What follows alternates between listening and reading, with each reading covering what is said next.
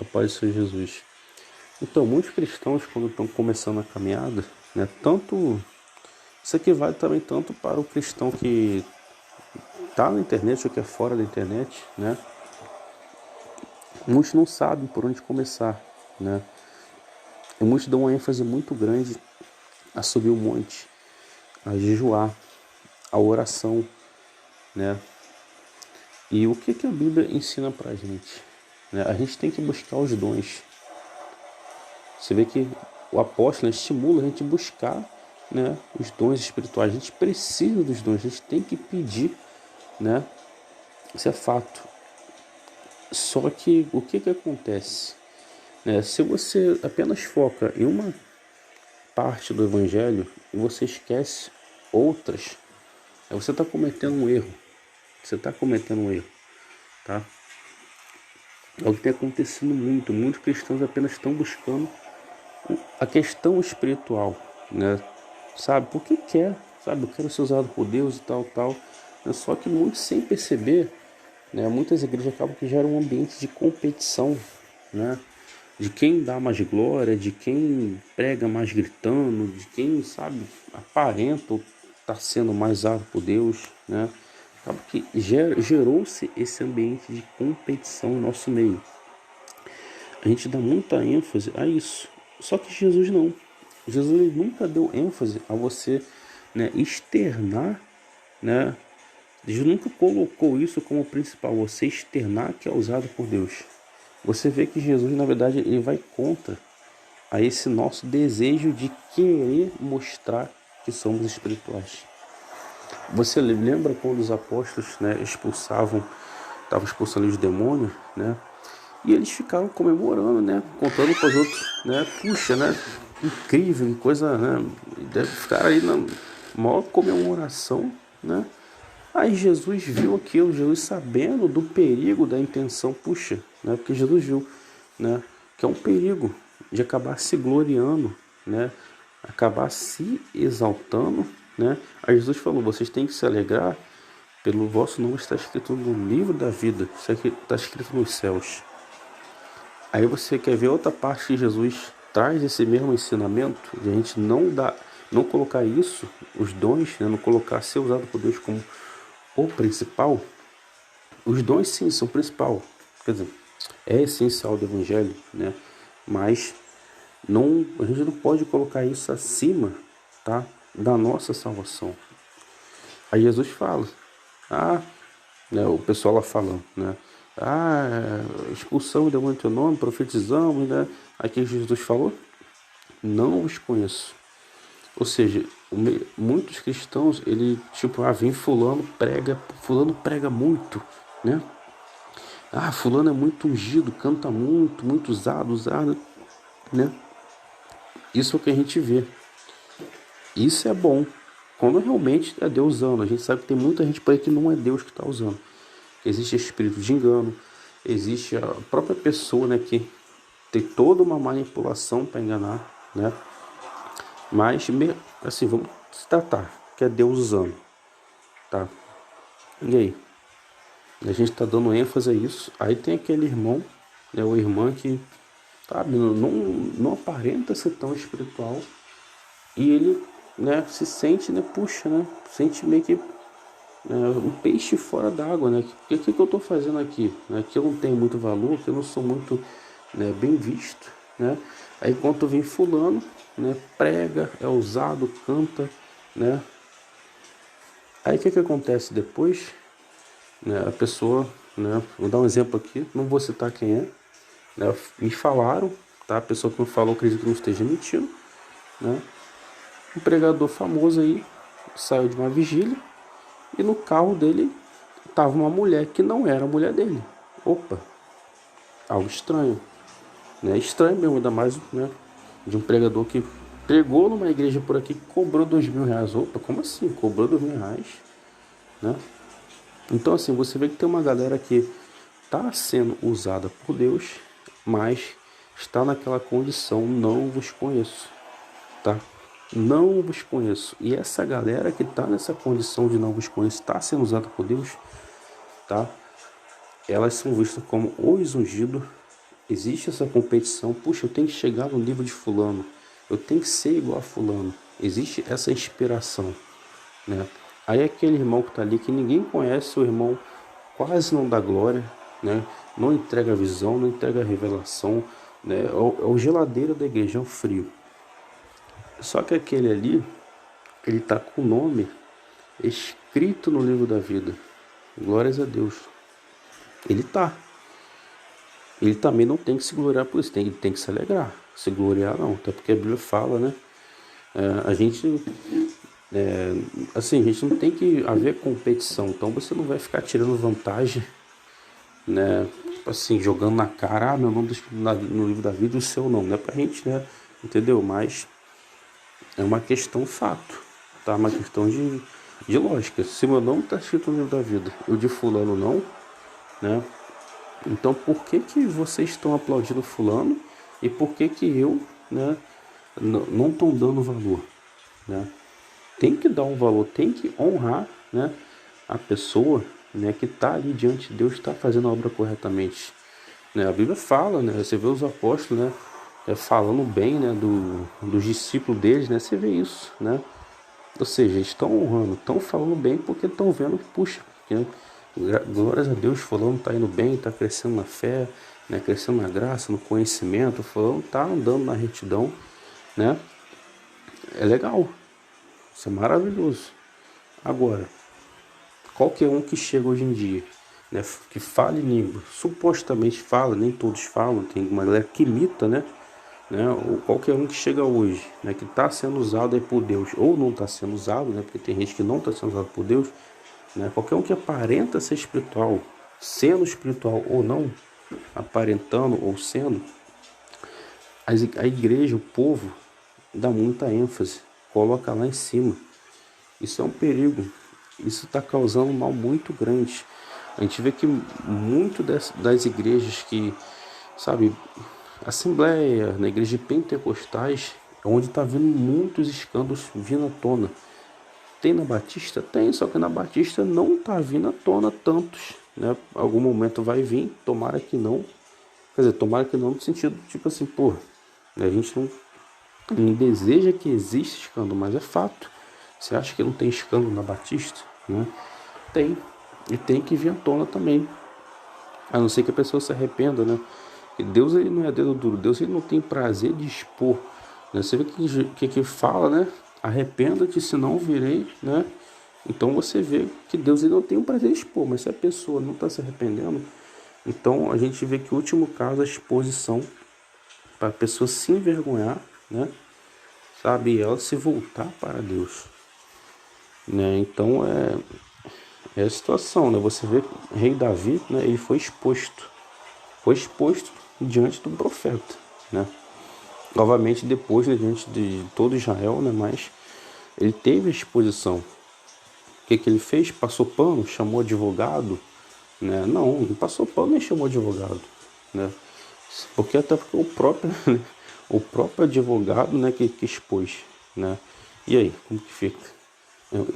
Esse advogado bom é esse mesmo, né? Que sabe que está errado e não fica, né, passando pano, né? Então, gente, é uma situação complicada. Estou trazendo essa reflexão para vocês porque a gente tem que dar ênfase, tá? O nosso nome está escrito no livro da vida, tá?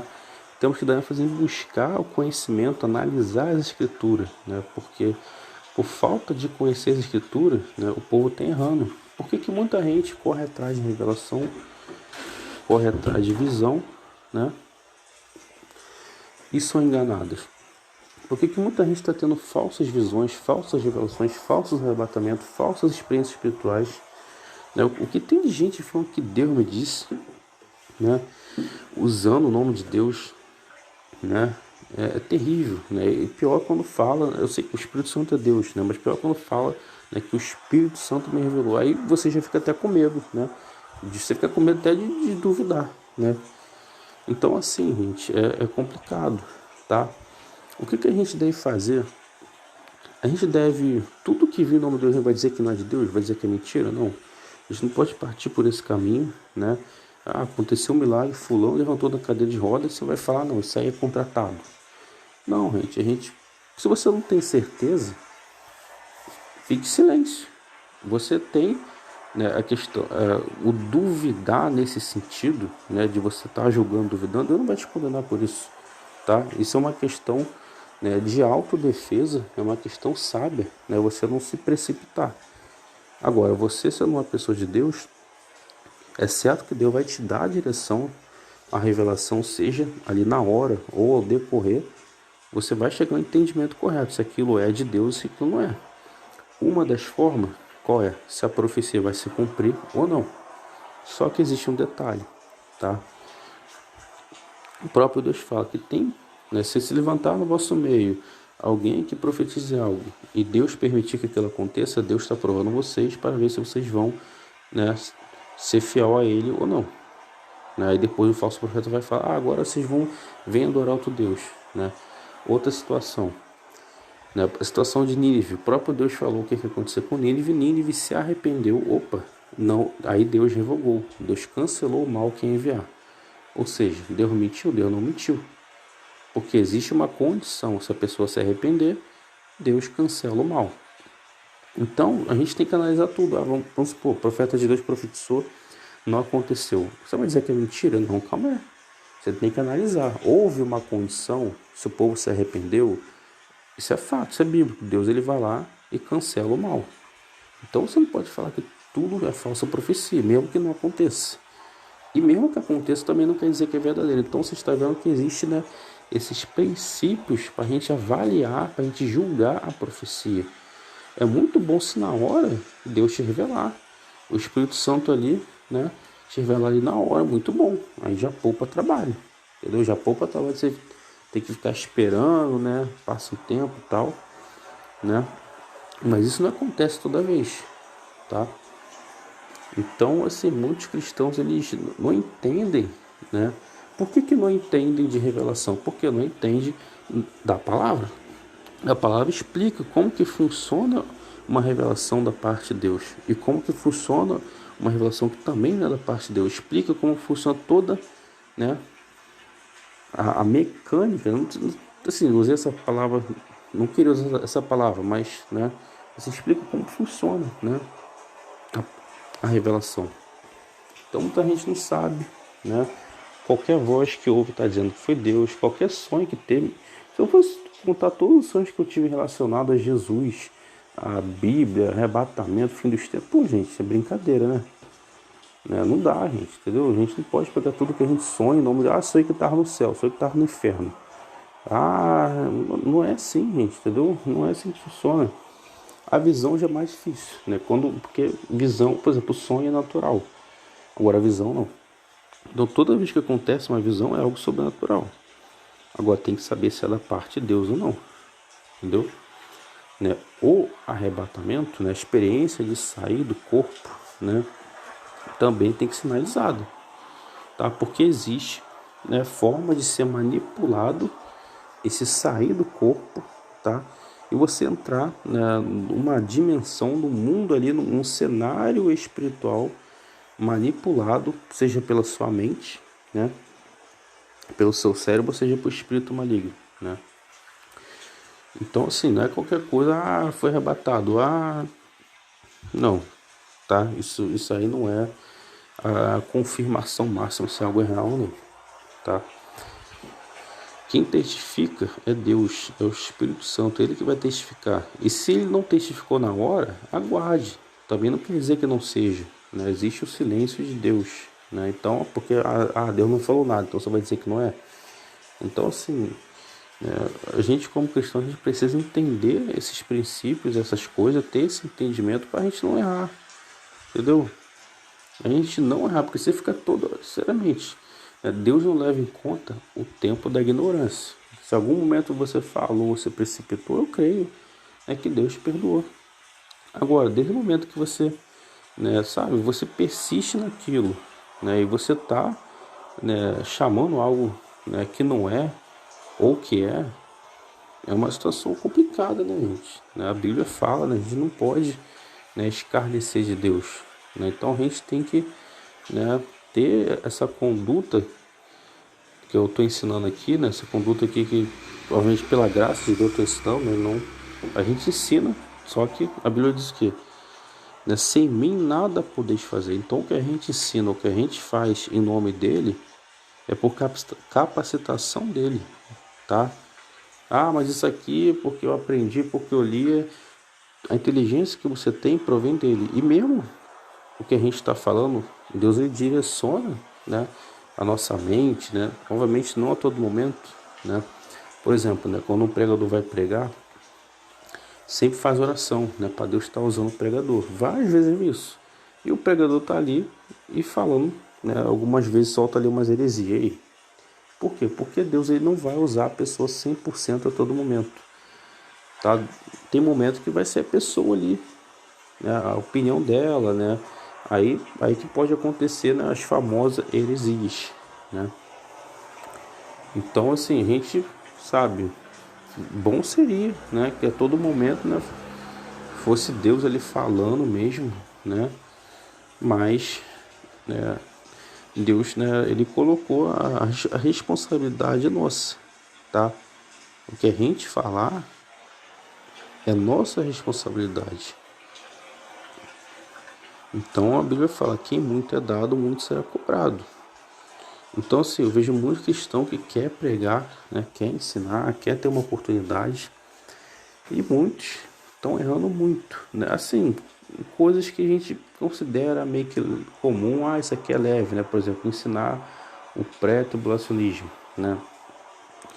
Eu acho algo gravíssimo, né? Porque você está ensinando uma heresia, uma doutrina errada de um assunto tão importante que envolve o fim dos tempos, e que por causa desse ensinamento errado, né, da visão escatológica, né, de escatologia, né, de grande tribulação, arrebatamento, anticristo, essas coisas, por causa disso, muitos cristãos podem lá na frente, né, não ter tido um preparo. Por quê? Porque foram enganados por causa de uma doutrina errada. Então, eu considero um assunto, sabe, uma heresia, né, de perdição. Não perdição no sentido que a pessoa que crê no pré-tribulacionismo vai para o inferno, né? Um monte de cristão, né, pré-tribulacionista foi salvo. Só que é uma heresia de perdição se a pessoa, né, tiver no tempo da grande tribulação, do tempo, né, do anticristo. Aí, naquele momento ali, é onde, né, digamos que fica ativado ali a heresia de perdição. Porque se a pessoa morreu antes disso, né, sabe, a pessoa foi enganada, né, Deus ele perdoa, né, e, tipo assim, a pessoa está salva. Agora, se for no momento ali que estiver acontecendo a grande tribulação, a marca da besta, aí aquilo vai ser uma pedra no tropeço muito grande para aquela pessoa tropeçar e negar Cristo e aceitar a marca. Então, por isso que eu considero uma heresia de perdição, né? Então, assim, qual heresia que é de perdição, né, na verdade? Toda heresia, né, ela vai levar à perdição, né? Mas é complicado, né, gente? É complicado, a gente somos cristãos, né? Mas a gente está procurando, né, se unir em Cristo, né? A união verdadeira é somente em Cristo, não tem ecumenismo, né? Eu creio que Deus, eu tenho certeza, Deus tem levantado, né, cristãos de várias denominações, né, famosa ou não famosa, né? Eu vejo uma igreja se formando gloriosa para a glória e honra do nome de Jesus, uma igreja onde vai estar alicerçada em Cristo, alinhada com a mente de Cristo, né? O mesmo Espírito que Deus revelar para um, Deus não vai chegar para outro e revelar outra coisa, porque Deus não faz isso. Não vai ter esse negócio, Deus me disse isso, porque meu Deus me disse que é assim, né? Porque, isso aqui é pecado, isso aqui não é pecado. Não vai ter essa confusão que tem hoje, tá? A gente vai saber discernir na hora o que é de Deus e o que não é, tá? Então não vai ter mais essa briga, né? Eu não falo com fulano porque fulano é da Deus amar, porque fulano sei lá, é da sã doutrina, né? E o outro é porta larga. Obviamente, como vai estar alinhado, vai ter a sã doutrina, mas a sã doutrina da palavra de Deus, porque existe muitos exageros e heresias no que, com muitas pessoas que pregam, que usam a palavra sã doutrina. Então, gente, É reflexão. Fique com Deus. Amém.